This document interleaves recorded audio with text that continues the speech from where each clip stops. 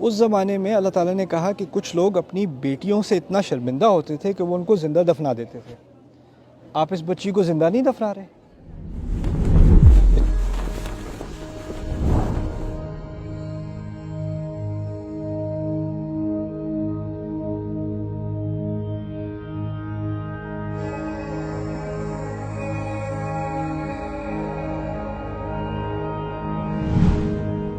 تو انسان کے جو جذبات میں کیے گئے فیصلے ہیں، کیونکہ نہ ہم اللہ کی ذات سے رابطے میں ہیں، مطلب کہ اب ہمیں فیل تو نہیں آتی.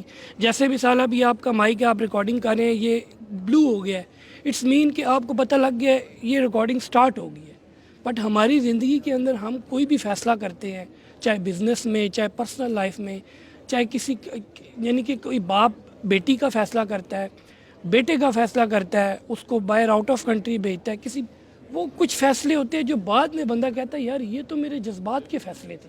اور اس جذبات کے کیے ہوئے فیصلے جو ہے وہ سمجھ لیں آخری سانس تک ہوتا ہے. اگر بیٹی کی شادی غلط ہو گئی ہے تو اب اس کو یہی کہنا ہے کہ اب تم نبھاؤ. کیوں؟ کیونکہ بھئی پورے معاشرے کی نظریں میرے اوپر ہیں. تو یہ جو جذبات میں کیے گئے فیصلے، اس کو کیسے ہم ٹھیک کریں؟ آپ نے جو بات کی، آپ کا نام کیا ہے؟ عادل نام ہے میرا. عادل بھائی دیکھیں، آپ نے اس میں 2-3 باتیں کی ہیں.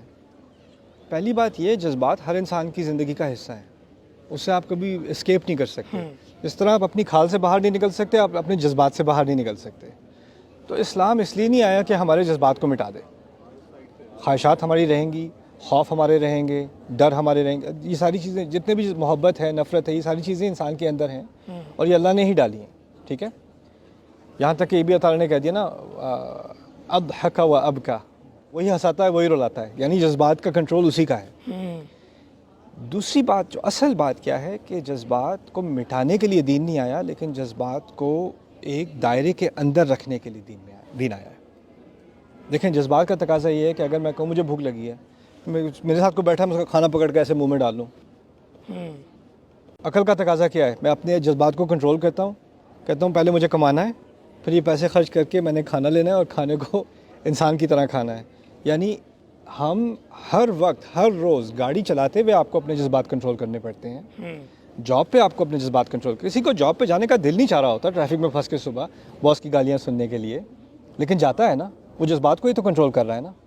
تو ہم دنیاوی مقاصد کے لیے اپنے جذبات کو کنٹرول کرتے ہیں. لیکن اصل بات، جڑ آپ کی بات کی پتہ ہے کیا ہے؟ کہ دیکھیں، 2 طرح کی توقعات ہیں. ایک توقعات ہے اللہ تعالیٰ کی، ٹھیک ہے، وہ بہت آسان ہے. دوسری توقعات ہیں انسان کی، وہ بہت مشکل ہے.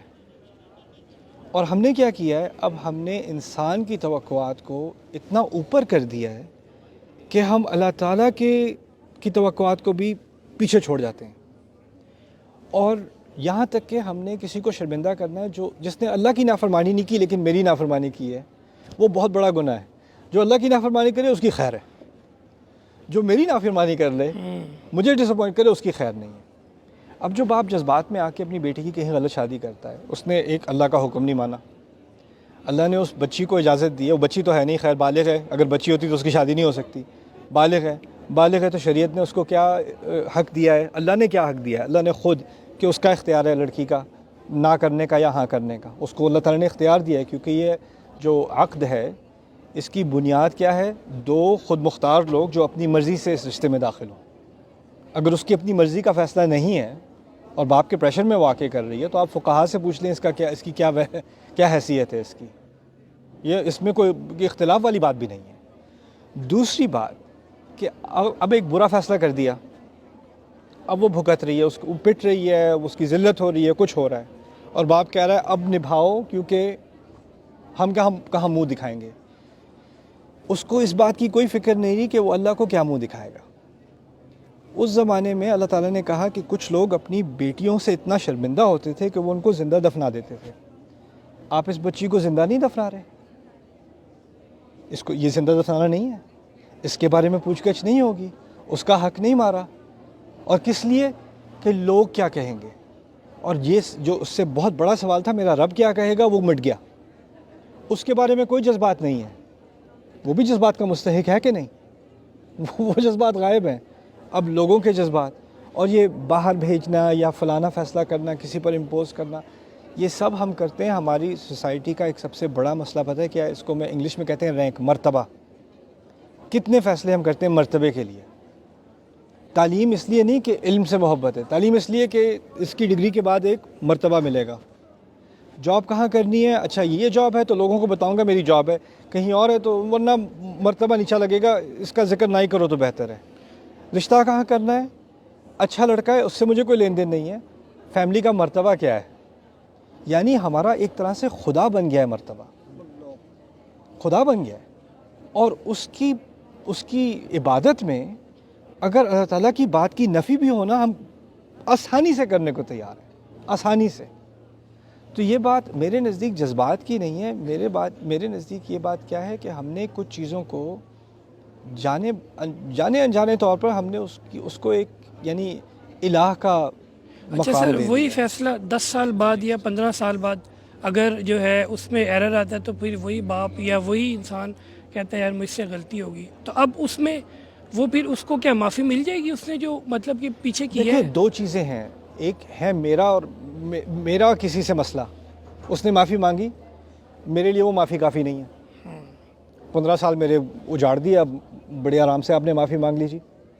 ٹھیک ہے، میرا دل نہیں مان رہا، وہ میرا اس کا مسئلہ ہے. دوسرا مسئلہ ہے اس کا اور اس کے رب کا. اب مجھے تکلیف کیا ہوتی ہے کہ اللہ کے پاس جائے گا، اللہ تو اس کو معاف کر دے گا. اس کو تو کھلی چھٹی ہوئی، میرے ساتھ بھی یہ کیا اور وہاں بھی کھلی چھٹی. یہ کیا انفیئر ڈیل، رائٹ؟ شرمندگی کی وجہ سے جی ہاں. شرمندگی ہوگی، تو غلطی ہوگی. ہمیں چاہیے انصاف. تو اس میں پہلی بات سمجھنے کی یہ کہ اللہ تعالیٰ کسی کے ساتھ نا انصافی نہیں کرے گا. اور دوسری بات یہ کہ اس کی سزا جو تسلی آپ سمجھ رہے ہو نا کہ اس کے ساتھ انصاف ہو یا اس کی پوچھ گچھ ہو، پھر مجھے تسلی ملے گی. اللہ تعالیٰ کے ہاں جو انصاف کا نظام ہے نا، وہ ہماری عدالتوں سے بہت بڑا ہے. ایسا بھی ہو سکتا ہے کہ اللہ اس کو بھی معاف کرے اور آپ کے دل کو بھی تسلی دے دے اور آپ کو یہ بھی نہ لگے کہ انصاف نہیں ہوا.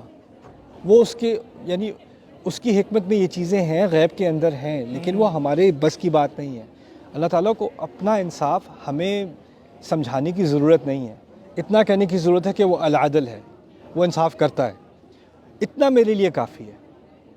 دیکھیں، ہمیں اعتماد نہیں ہوتا کہ حکومت انصاف کرے گی یا ہمارے بڑے انصاف کریں گے یا کوئی جج انصاف کرے گا.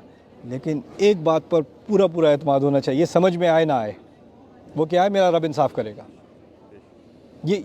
اس میں کوئی ادھر ادھر کی سوچ نہیں آنی چاہیے. ہوتا کیا ہے کہ اس نے تو استغفار کر لی، اب تو یہ نمازیں بھی پڑھ رہا ہے، اس کو تو اللہ معاف کر دے. نہیں، اللہ عادل ہے نا.